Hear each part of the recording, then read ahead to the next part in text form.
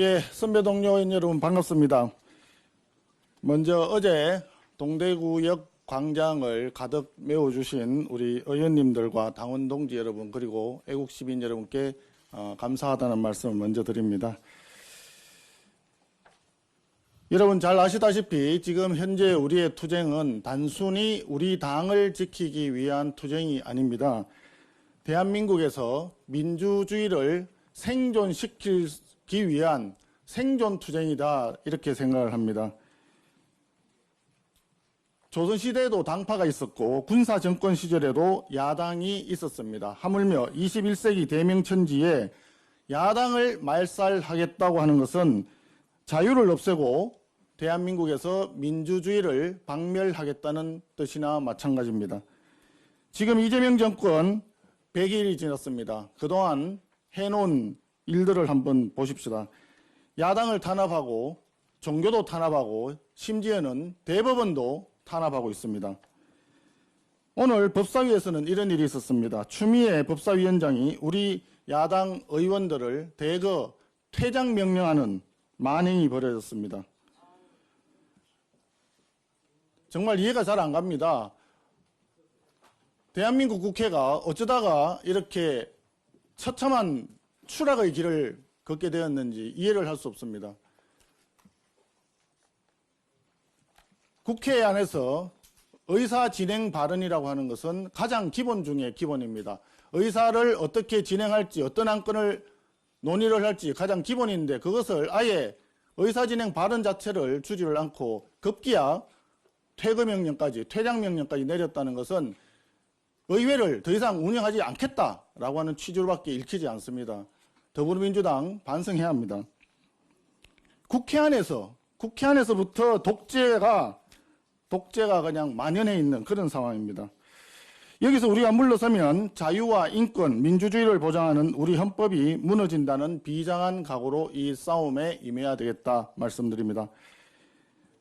안보 문제에 대해서 한 말씀 드리겠습니다. 어제 이재명 대통령이 외국 군대가 없으면 자주국방이 불가능한 것처럼 생각하는 것은 굴종적 사고다 이런 발언을 했습니다.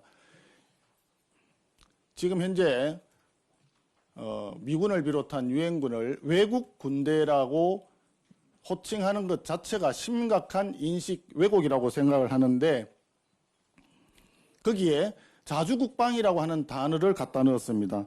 우리 스스로 우리를 지킬 수 있는 힘을 기르자라고 하는 것이 자주국방이지 거기에 주한미군과 한미동맹을 완전히 폄훼하는 그런 발언을 서슴지 않는 이재명 대통령의 인식체계도 이해하기 어렵습니다.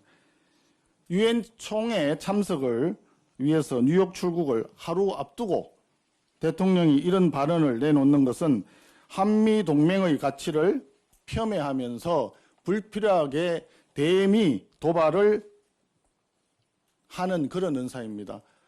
아마도 한미 관세 협상이 뜻대로 잘 안 풀리고 하니까 반미 감정을 불러일으키면서 이 국면을 돌파하려고 하는 시도가 아닌가 읽힙니다.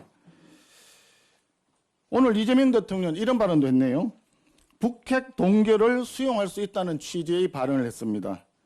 결국은 뭡니까? 북한을 핵 보유국으로서의 지위를 인정해 주겠다는 뜻으로 읽혀집니다. 대한민국의 한미 군사 안보 동맹은 해체해도 된다고 생각을 하면서 북한의 핵 보유는 인정해 준다는 것. 이것은 대한민국의 안보와 직결된 매우 심각한 발언이라고 생각합니다. 핵 앞에서 재래식 무기가 우리가 전체적으로 5위라는 이야기가 있던데 그게 무슨 의미가 있겠습니까? 이런 엉터리 안보관을 가진 이재명 대통령 참 국민들이 걱정이 많습니다. 북핵을 머리에 이고 살아가야 하는 5천만 국민의 대통령으로서 45만 국군을 또 지휘해야 할 군 통수권자로서 참을 수 없을 만큼 가볍고 무책임한 안보관을 보인 것입니다.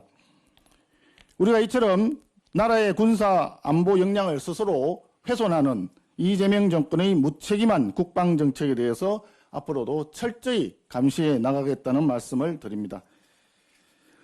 의원님 여러분, 오늘 정책의총을 연 것은 정부 조직 개편안에 대해서 각 상임위별로 간사님들 설명을 듣고 보다 나은 정부조직법 대안을 마련하기 위한 취지입니다. 이번에 이재명 정권이 내놓은 정부조직 개편안은 한마디로 이 행정부 조직을 대상으로 한 생체 실험으로밖에 생각할 수가 없습니다. 부처를 쪼개고 또 부처를 떼어서 다른 부처에 갖다 붙이는 것을 너무 쉽게 생각하고 있습니다. 예를 들어서 원전 수출은 산업부에 그냥 두는데 원전 건설과 운영은 환경부에 보내서 기후에너지 환경부를 만든다고 합니다. 이 환경부라고 하는 부처의 속성상 환경단체들의 논리에 휘둘리기가 쉽습니다. 그런 환경부에 원전의 건설과 운영 업무를 주게 된다면 결과적으로 탈원전, 시전2로 간다는 얘기밖에 되지 않습니다. AI 시대라고 늘 얘기를 합니다. AI 시대에서 가장 중요한 것이 고퀄리티의 안정적인 전기 공급이고 대한민국에서 안정적인 고퀄리티의 전기를 공급할 수 있는 수단은 원전 외에는 없다는 것이 전문가들의 판단입니다. 그런 상황에서 원전 건설과 운영에 심대한 지장을 줄 수 있는 부처 개편을 왜 이렇게 졸속으로 해야 되는지 알 수가 없다는 말씀입니다. 금융위원회는 해체하고 금감위를 만든다고 하는데 그렇게 되면 결과적으로 금감위와 금융소비자보호원 그리고 재정경제부와 금융감독위원회까지 옥상옥 조직이 4개나 생기는 그런 구조가 됩니다. 또 기획재정부를 해체해서 기획예산처를 총리실 산하에 두겠다고 하는데 돈을 얼마나 많이 갖다 부으려고 하는지 예산권을 용산에서 직접 쥐겠다는 발상으로 보입니다. 이처럼 조직의 유기적 기능은 살피지 않고 오로지 정치적 목적으로 쪼개고 붙이는 식의 조직 개편은 결과적으로 행정부 기능을 마비시킬 수가 있다. 이런 우려가 크다는 말씀드립니다. 오늘 의총을 통해서 각 상임위별 정부 조직 개편안의 문제점을 면밀히 살펴보고 우리가 야당으로서 대한민국의 미래를 위해서 미래에 우리가 집권했을 때 대한민국이 더 이상 망가지지 않도록 하기 위해서 현재 상태에서 정부 조직을 어떻게 가져가는 것이 좋겠는지 그 대안을 마련하도록 하겠습니다. 다시 한번 어저께 동대구역 집회에 함께해 주신 의원님들 감사드리고 다시 한번 고맙다는 표현을 합니다. 감사합니다.